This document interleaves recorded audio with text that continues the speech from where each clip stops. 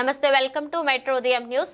కరీంనగర్ జిల్లా జమ్మికుంట పట్టణంలో సైదాబాద్ గ్రామ సభలో ప్రజాపాలన రైతు ఆత్మీయ భరోసా హుజూరాబాద్ నియోజకవర్గ పాలన ఎమ్మెల్యే పాడి కౌశిక్ రెడ్డి మాట్లాడుతూ ప్రశ్నలు ప్రశ్నిస్తుంటే అధికారులు తల పట్టుకుంటున్నారని, ప్రజలు అడిగిన ప్రశ్నలకు సమాధానం చెప్పలేక మధ్యలోనే సభలు ముగింపు చేసుకుంటూ పోతున్నారని హుజూరాబాద్ ఎమ్మెల్యే పాడి కౌశిక్ రెడ్డి అన్నారు.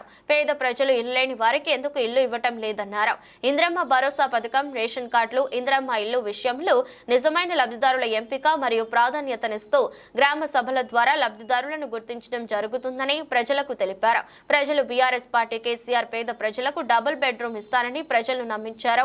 పాలన చేతకాక పథకాల పేరుతో కాలయాపన చేస్తున్న కాంగ్రెస్ సర్కార్పై ప్రజల ఆగ్రహం. ప్రజా పాలన పేరుతో ఎన్నిసార్లు దరఖాస్తులు ఇవ్వాలని గ్రామంలో అధికారులను నిలదీస్తున్న ప్రజలు. మా ఉర్మిలక్కకి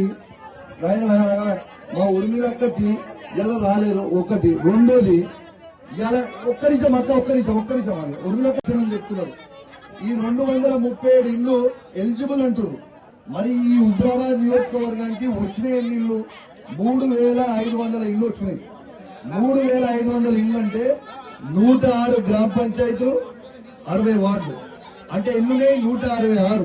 అంటే 166 డివైడెడ్ బై 3500 అంటే ఈ గ్రామంలో మీరు ఇచ్చేది ఎంత?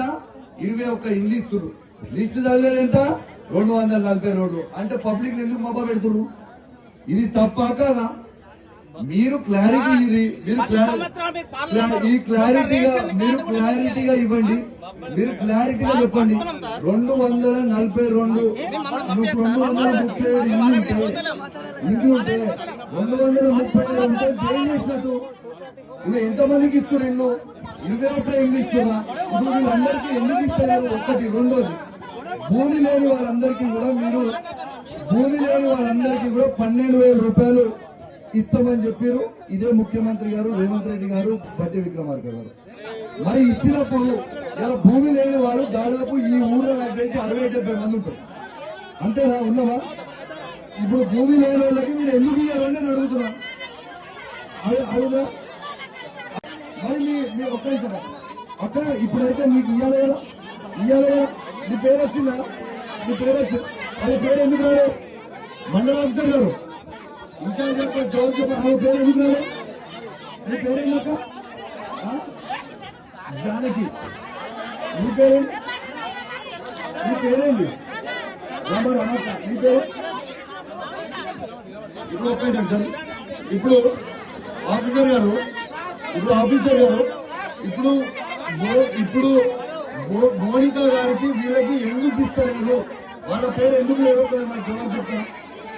దానికి మాకు ఆన్సర్ కావాలి. అంటే ఇంకా పోలీసు వాళ్ళు పెట్టించి మీరు యాక్టింగ్ చేసుకుంటుంది.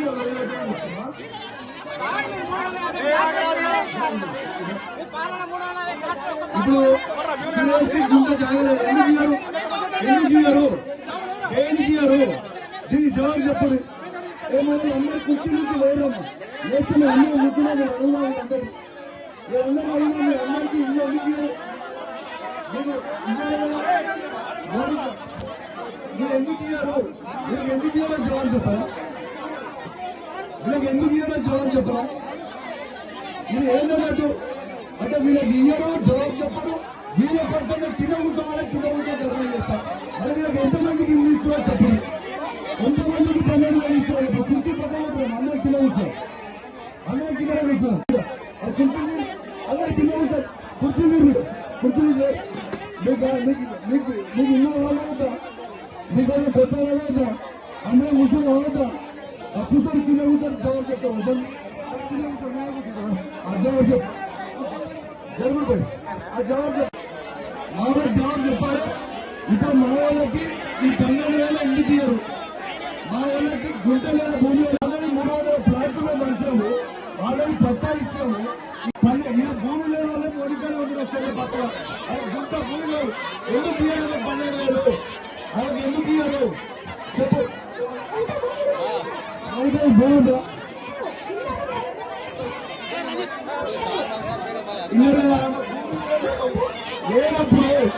లేనప్పుడు ఎంతవరకు కరెక్ట్గా పేరు ఎందుకు రాయాలి?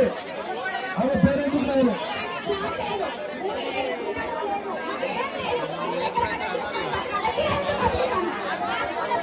పేరేందక్క అరుణక్క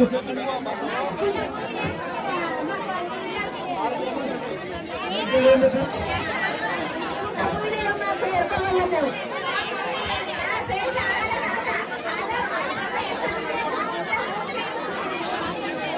ఇప్పుడు మీరు ఇస్తారా అయ్యా జవాబు చెప్పాలి. మీరు ఇప్పుడు అధికారులు ప్రభుత్వం తరపు నుంచి మీరు జవాబు చెప్పిపోయారు.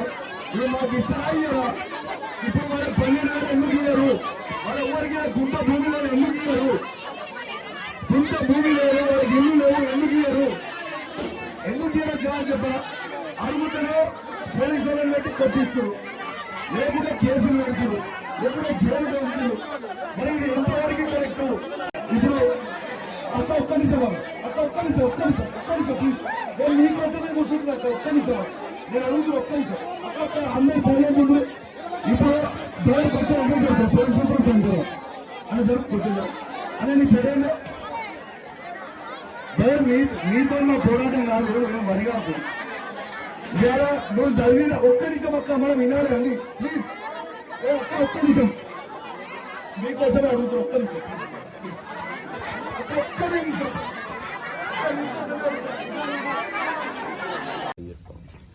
ఇలా దాదాపు గ్రామంలో నేను డీటెయిల్స్ మొత్తం అయిపోయిన తర్వాత నేను 26th రోజు ప్రెస్ మీట్ పెట్టి మరీ డీటెయిల్గా మాట్లాడుతాను.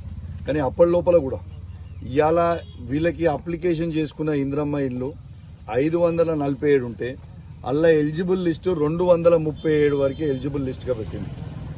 కానీ హుజురాబాద్ నియోజకవర్గంలో మొత్తం ఇచ్చిన ఇండ్లన్నీ 3,500 ఇండ్లు మాత్రమే హుజురాబాద్ నియోజకవర్గంలో ఇవాళ ఇవ్వడం జరిగింది.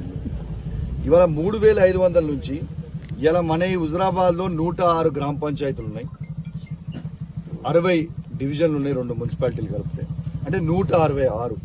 3,500ని 166కు డివైడ్ చేస్తే ఒక్కొక్క గ్రామానికి వచ్చే ఇల్లు ఎన్ని అంటే 21 ఇల్లు మాత్రమే. ఇలా 237 లిస్టు చదివి ఇక్కడ పొద్దున అక్కడ కూడా కంటే చెల్లూరులో కూడా 306 లిస్టు చదివి ఇచ్చేటి మాత్రం ఎన్ని 21 ఇల్లు మాత్రమే. దానికి తతిమోలందరినీ సర్పంచ్ ఎలక్షన్లు వస్తున్నాయని చెప్పి మభ్యపెట్టే ప్రయత్నం చేస్తా ఉన్నారు. దీనికి ఖచ్చితంగా నేను ఈ ప్రభుత్వాన్ని డిమాండ్ చేస్తా ఉన్నాను. అసలు మీరు గ్రామ సభలలో చెప్పింది ఏంది? గ్రామ సభలలో ఎవరెవరికి ఇస్తామో దాంట్లో ఎంపిక చేసి మరి పంపుతామని చెప్పారు. మరి గ్రామ సభలో ఏ ఎంపికలు చేస్తారు, ఏం చేస్తారు, వస్తురు పోతురు. రెండోది ఇండ్లు లేవు, ఇండ్ల స్థలం లేదు అని పొద్దున 257 మంది చెల్లూరులో చదివారు, ఈడ ఒక 9 మంది చదివారు, ఇంకా పెట్టని చాలా మంది ఉన్నారు.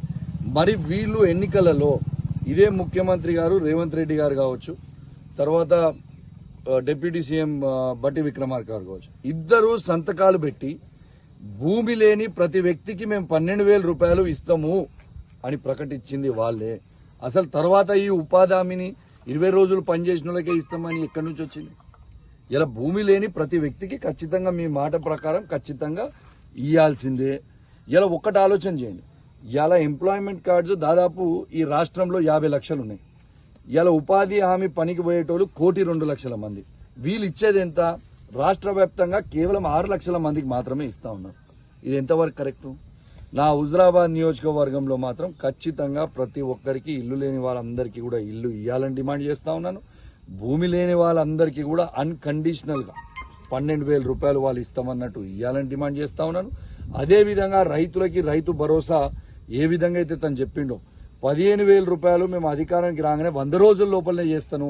ఆనాడు కేసీఆర్ గారు 10,000 ఇస్తుండ్రు, ఇవాళ నేను వస్తే 15,000 ఇస్తా అని చెప్పిండ్రు.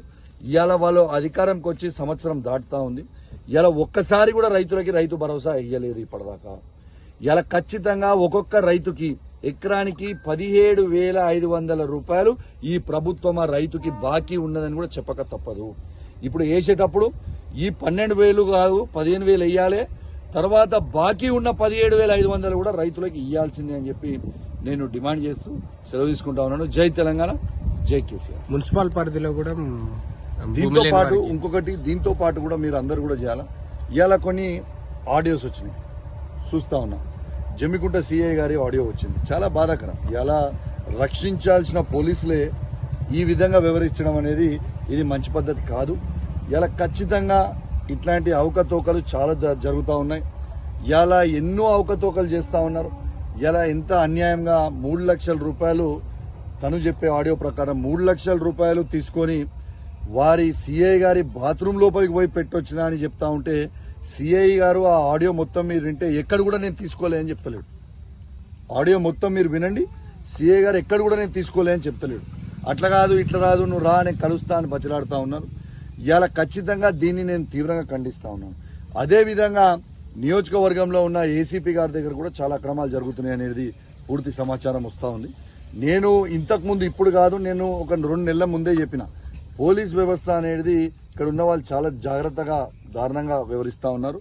ఖచ్చితంగా ఇట్లాంటి అధికారుల మీద ఎవరైతే లంచంతో, లిటరల్లీ లంచం తీసుకొని మళ్ళీ తన మీదే ఎస్సీ ఎస్టీ కేసు పెట్టడం అనేది కొంచెం బాధాకరం. సరే, అది ఎవరున్నారు, ఆ వ్యక్తి క్యారెక్టర్ ఏందనేది దాని గురించి నేను డీటెయిల్స్గా పోదలుచుకోలేదు. కానీ నా పాయింట్ కావాల్సింది ఏంటంటే, ఇలా లంచాలు తీసుకొని పనిచేయడం అనేది అయితే మంచి పద్ధతి కాదు.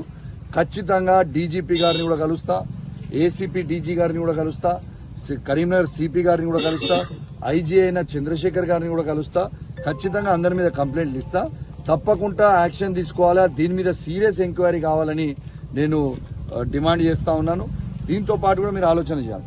ఇలా ఎదుటి వ్యక్తి ఎట్లా, ఇలా తను తీసుకురని స్వయంగా ఒక ఆడియో లీక్ అనేది ప్రపంచం అంతా చూసిన తర్వాత దాని మీద యాక్షన్ తీసుకోకపోతే మాత్రం మంచి పద్ధతి కాదు.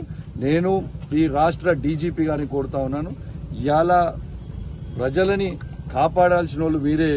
ఇలా మీ కింద పనిచేసే ఆఫీసరు, ఇట్లా మీ డిపార్ట్మెంటే మీ కింద పనిచేసిన ఆఫీసర్లు ఇలా డబ్బు తీసుకోవడం, ఇలా తీసుకొని బ్లాక్మెయిల్ చేయడం అనేది మంచి పద్ధతి కాదు. ఖచ్చితంగా దీని మీద యాక్షన్ తీసుకోవాలని ఈ ప్రభుత్వాన్ని డిమాండ్ చేస్తూ సెలవు తీసుకుంటా ఉన్నాను. జై తెలంగాణ, జై కేసీ. ఈ హుజరాబాద్ నియోజకవర్గంలో ఇంకా ఎవరైనా బాధ్యులు ఉంటే ఖచ్చితంగా నా దృష్టికి తీసుకురండి. ఖచ్చితంగా మీ పక్షాన మీకు న్యాయం చేస్తా. పోలీసు వాళ్ళు ఉన్నారని భయపడాల్సిన అవసరం ఏం లేదు. చాలా అక్రమాలు చేస్తున్నారనే ముచ్చట నాకు ఇన్ఫర్మేషన్ ఉంది. ఏసీపీ గారి దగ్గర కావచ్చు, జమ్మికుంట టౌన్ సిఐ గారి దగ్గర కావచ్చు, ఎవరన్నా ఇంతకుముందు కూడా బాధితులు ఉంటే తప్పకుండా నా దగ్గరికి రండి. నా దగ్గరికి మీరు రాలేని పరిస్థితిలో భయం ఉన్నా కూడా నా దగ్గర ఉన్న మిత్రులు మీ అందరు కూడా తెలుసు, వాళ్ళకని ఇన్ఫర్మేషన్ ఇవ్వండి. తప్పకుండా మీ పక్షాన ఖచ్చితంగా నేను పోరాడతా, మీ పక్షాన నిలబడతా అని చెప్పక తప్పదని చెప్పి సందర్భంగా తెలియజేస్తా ఉన్నాను. ఇలా హుజరాబాద్ ప్రజల కోసమే, మీరు ఎన్నుకుంటే నేను ఎమ్మెల్యే అయినా, వాళ్ళు నన్ను ఎన్ని ఇబ్బందులు పెట్టినా, ఇలా నేను ప్రశ్నించదలుచుకుంటే కేసులు పెడతా ఉన్నారు. ఎన్ని ఇబ్బందులు పెట్టినా భయపడే ప్రసక్తి లేదు. నా హుజరాబాద్ నియోజకవర్గంలో ఉన్న రైతాంగం కోసం, అక్కా చెల్లెల కోసం, తాతల కోసం, అవ్వల కోసం, ఇలా యువకుల కోసం ఖచ్చితంగా నిలబడి అడుగుతా అని చెప్పి కూడా ఈ సందర్భంగా వాళ్ళందరూ కూడా మాటిస్తూ సెలవు తీసుకుంటా ఉన్నాను. జై తెలంగాణ, జై కేసీ.